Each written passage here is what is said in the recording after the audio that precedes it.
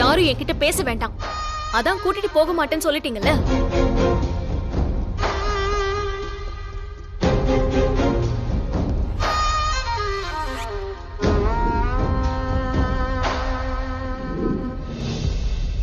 வினய், வினய் இருங்க. வினய், வினய்.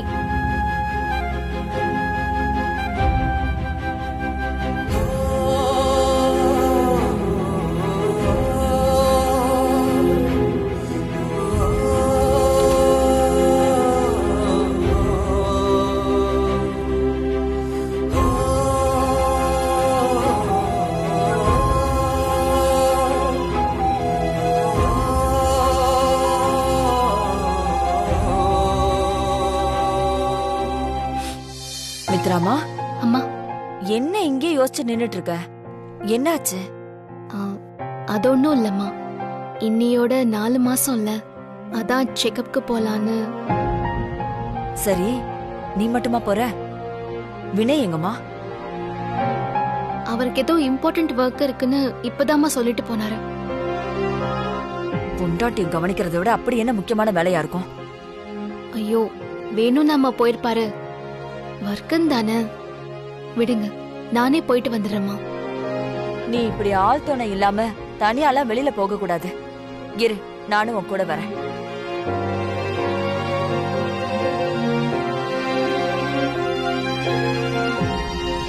போ, அவன் வரவும் நான் அவன்கிட்ட பேசுறேன்.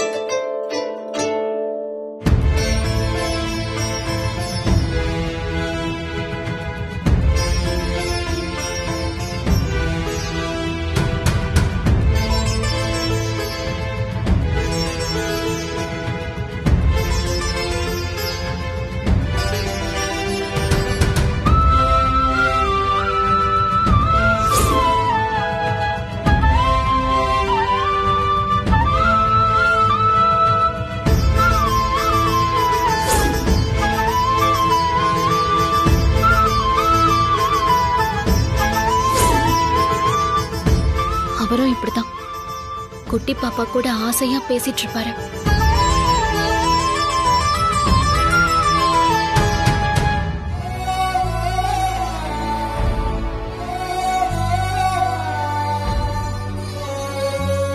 நீ கவலைப்படாத பாப்பா, அப்பாவுக்கு ஏதோ முக்கியமான ஒர்க் இருக்கான். அதனால்தான் முன்னாடி மாதிரி அப்பாவால உன்கிட்ட பேச முடியல. நீ அப்பாவை மிஸ் பண்றியா? நானும் தான்.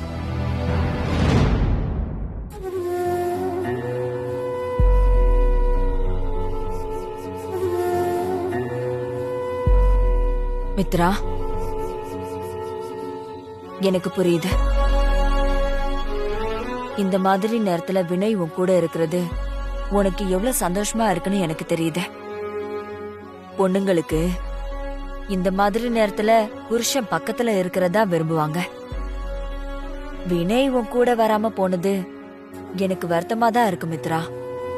கவலைப்படாத, உன் வேதனைய என்னால உணர முடியுதுமா.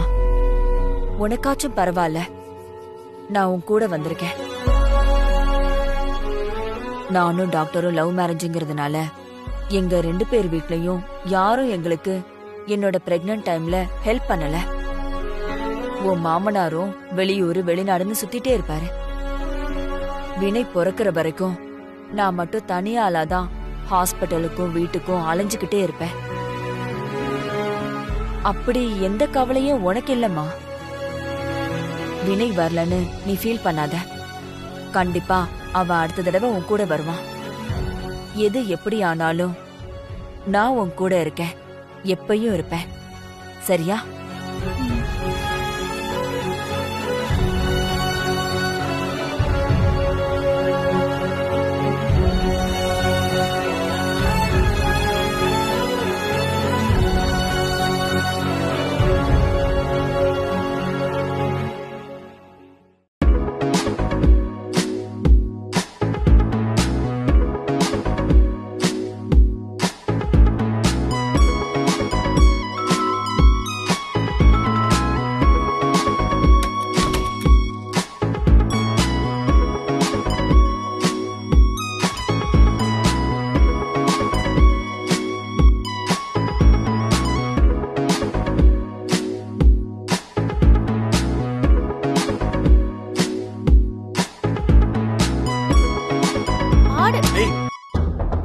சும்மா இருக்கியா?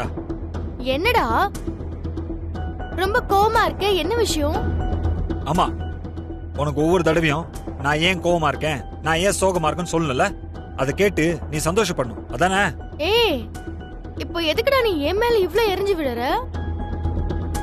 என்ன நடந்துச்சுன்னு சொன்னா தானே தெரியும்.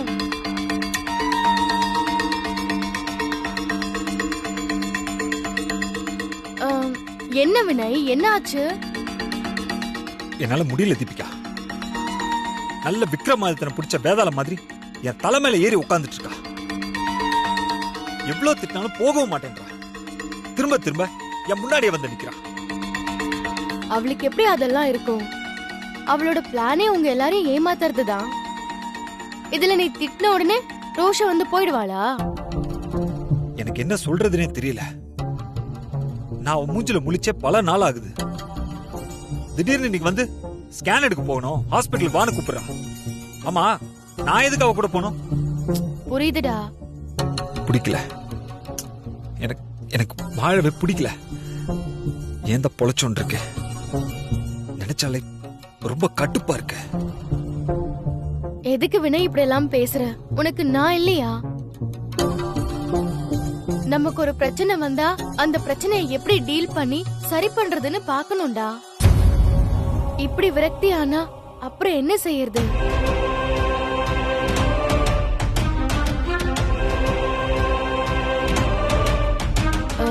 எனக்கு ஒரு ஐடியா தோணுது வினய். ஆனா சொன்னா நீ தப்பா நினைச்சுக்க கூடாது. என்ன சொல்லு? ஆக்சுவலி இத சொல்றதுக்கே எனக்கே கஷ்டமா தான் இருக்கு. ஆனா நீ என்னோட ஃப்ரெண்டு. எனக்கு உன் நிம்மதி தாண்டா முக்கியம். அதனாலதான் சொல்றேன். என்னன்னு சொல்லு. இப்போ மித்ரா கிட்ட இருக்கிற ஒரே பலம் அவ பிரெக்னெண்டா இருக்கிறது தான். உன் அம்மா அப்பா எல்லாம் அந்த ஒரு காரணத்துக்காக தான் அவளை தாங்குன்னு தாங்குறாங்க. நீயும் அதனால தானே இந்த விஷயத்தை என்ன செய்யலாம்னு யோசிக்கிற. அதான் எனக்கு என்ன தோணுதுன்னா, என்னன்னு சொல்லு. அதான் வாய் வரைக்கும் வந்துருச்சுல. ஏன் மித்ராவை அபார்ட் பண்ண சொல்லக்கூடாது? தீபிகா, நீ என்ன பேசுறன்னு தெரிஞ்சுதா பேசுறியா? சரி சரி, டென்ஷன் ஆகாத. நான் நல்லா தெரிஞ்சுதாண்டா பேசுறேன். பிராக்டிகலா யோசிச்சு பாரு. இந்த பிரச்சனைக்கு வேற எதுவும் தீர்வு இருக்கான்னு எனக்கு தெரியல. அவ தப்பு பண்ணிட்டு கொஞ்சம் கூட குற்ற உணர்ச்சியே இல்லாம வயித்துல வளர்றது உன் குழந்தைன்னு சொல்லி சந்தோஷமா சொல்றா. நீ இப்படி சாப்பிடாம தூங்காம எந்நேரமும் பைத்தியம் பிடிச்ச மாதிரி திரிஞ்சு சாக போறியா? இப்பயும் ஒன்னும் கெட்டு போயிடல வினய். எனக்கு என்னமோ குழந்தை பிறந்துருச்சுனாதான் விஷயம் கைமீறி போயிடுமோன்னு தோணுது.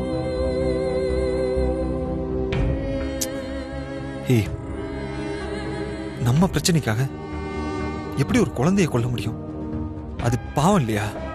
இப்ப தெரியுதா வினய் உனக்கு ஏன் இப்படி எல்லாம் நடக்குதுன்னு? நீ இதை இப்படியே விட்டுட்டனா நாளைக்கு உன்னால சரி பண்ணவே முடியாத விஷயமா வளர்ந்து நிக்கும் வினய். உனக்கு புரியுதா இல்லையா?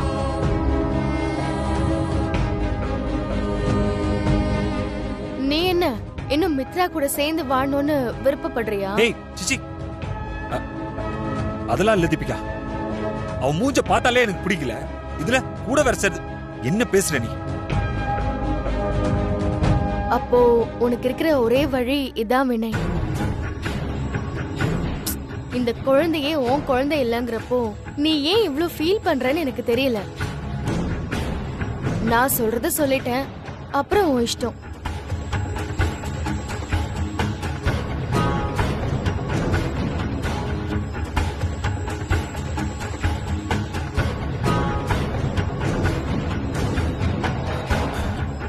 எனக்கு தெரியல தீபிகா, நான் யோசிக்கிறேன். சரி சரி, நீ யோசிச்சு முடிவு பண்ணு.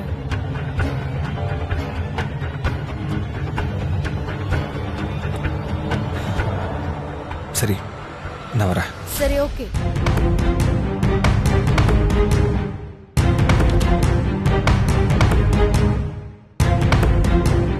போடா போ. நீ ஆல்ரெடி யோசிச்சுட்ட, முடிவும் பண்ணிட்ட. எனக்கு தெரியும். இப்பதான் நீ ஏன் வழிக்கு வந்திருக்க. இது ஏன் டர்ன் வினய்.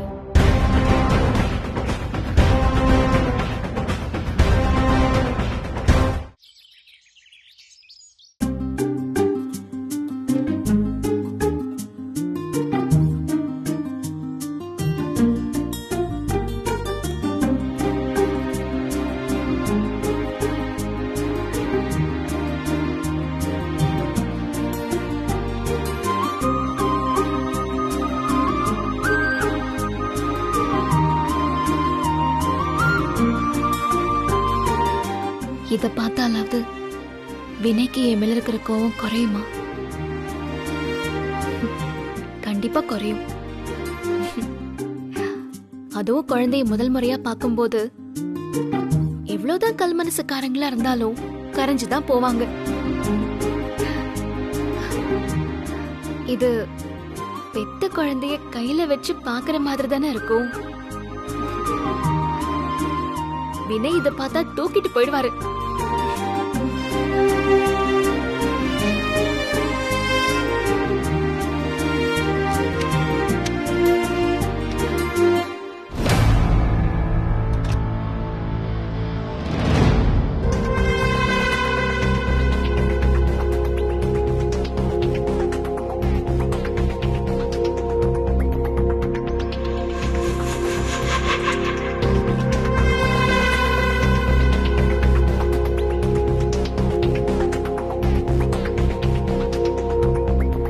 என்ன மித்ரா, ஹாஸ்பிட்டல்லாம் போயிட்டு வந்துட்டியா? டாக்டர் என்ன சொன்னாங்க? என்னாச்சு இவருக்கு? ஹாஸ்பிட்டலுக்கு போன வாங்கன்னு கூப்பிட்டா வரமாட்டேன்னு சொல்லிட்டாரு. இப்ப என்னடானா டாக்டர் என்ன சொன்னாங்கன்னு விசாரிக்கிறாரு. குழந்தைய கண்ணால பார்த்ததுக்கு அப்புறம் தான் பேசுவாருன்னு நினைச்சோம். அதுக்கு முன்னாடியே மாறிட்டாரு. இதுக்கு தானே நானும் காத்துட்டு இருந்தேன்.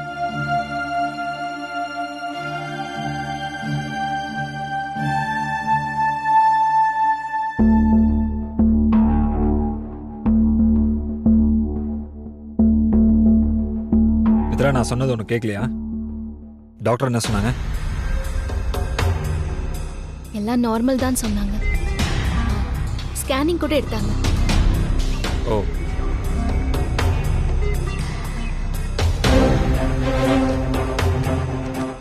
வினய், இது பாருங்களேன். நீங்க வந்த உடனே காட்டணும் தான் நான் காத்துட்டு இருந்தேன். பாருங்க உங்க குழந்தை எப்படி இருக்குன்னு.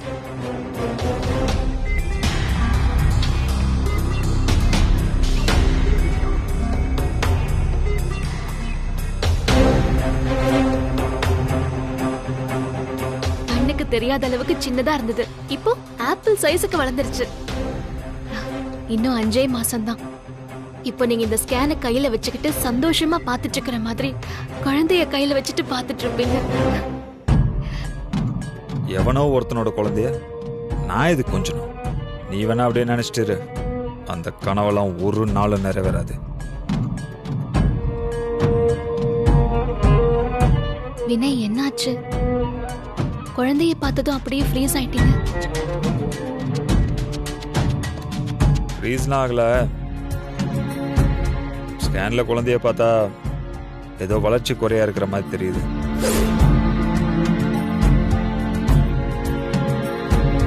என்ன சொல்றீங்க? ஏன் டாக்டர் உங்ககிட்ட எதுவுமே சொல்லியா? நான் சொல்றேன் தப்பா நினைக்காத. எனக்கு என்னமோ இந்த குழந்தை ஹெல்த்தியா இருக்கிற மாதிரி தெரியல. அதுவும் இல்லாம இந்த குழந்தை ஃபார்ம் ஆனதுல இருந்து தான் உனக்கு எனக்கு ஒரு நிறைய பிரச்சனை வந்துட்டு இருக்கு.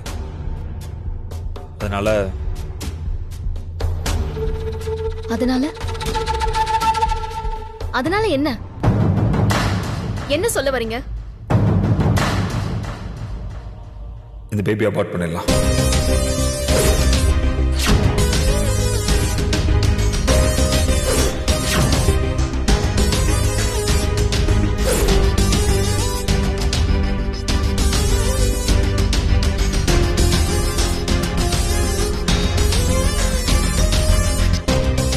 நீங்க என்ன பேசுறீங்கன்னு தெரிஞ்சுதான் பேசுறீங்களா? மித்ரா, இதை நான் பல தடவை யோசிச்சு தான் உங்ககிட்ட சொல்றேன். இந்த குழந்தைய கலைக்கிறது தான் நம்ம எல்லாருக்குமே நல்லது. வினய், நீங்க மாறிட்டீங்கன்னு தான் நினைச்சேன். ஆனா இந்த அளவுக்கு இதயமே இல்லாதவரா நீங்க மாறுவீங்கன்னு நான் கொஞ்சம் கூட நினைக்கல. வினய், இது நம்ம குழந்தை, இது உங்க குழந்தை. இத கலைக்க சொல்றதுக்கு உங்களுக்கு எப்படி மனசு வந்துச்சு? அவ்வளவு கல் நெஞ்சக்காரரா நீங்க? ஆமா மித்ரா, நீ சொல்றதை விட பல மடங்கு கல் நெஞ்சக்காரன் தான். அதனால தான் சொல்றேன், இந்த குழந்தைய கழிச்சிட்டு. முடியாது, முடியாது. நான் உயிரோட இருக்கிற வரைக்கும் அது முடியாது. மித்ரா, நான் சொல்றது புரிஞ்சுக்கோ. நம்மளோட எல்லா பிரச்சனைக்குமே காரணம் இந்த குழந்தை தான். தயவு செஞ்சு அதை அழிச்சிட்டு. தனியா இருக்கிற வரைக்கும் என்னால் நிம்மதியா இருக்க முடியாது மித்ரா.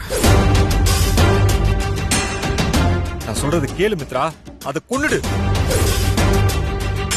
அப்பதான் எனக்கு போன நிம்மதி திரும்பி வரும்.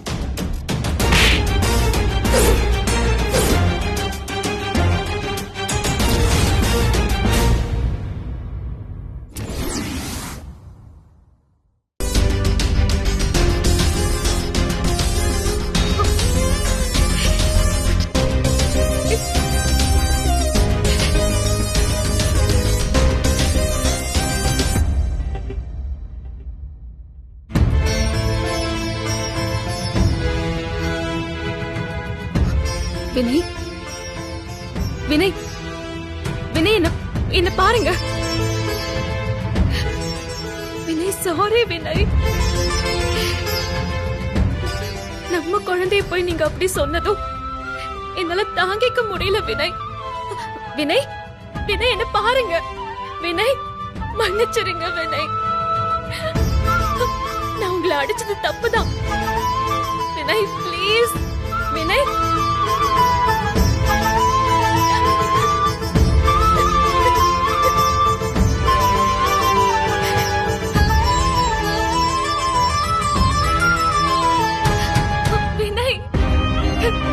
நீ என்ன அரைஞ்சதை பத்திலாம் எனக்கு கவலை இல்லை. இது பரவாயில்ல. இதை விட இன்னும் எத்தனையோ வழிகளை நான் தாங்கிட்டு இருக்கேன். ஆனா நான் சொல்றது தயவு செஞ்சு கொஞ்சம் புரிச்சுக்கோ. இது எல்லாத்துக்குமே காரணம் உன் வயித்துல வளர்ற அந்த குழந்தை தான். அது இருக்கிற வரைக்கும் நமக்குள்ள இந்த மாதிரி பிரச்சனைங்க வந்துட்டு தான் இருக்கும்.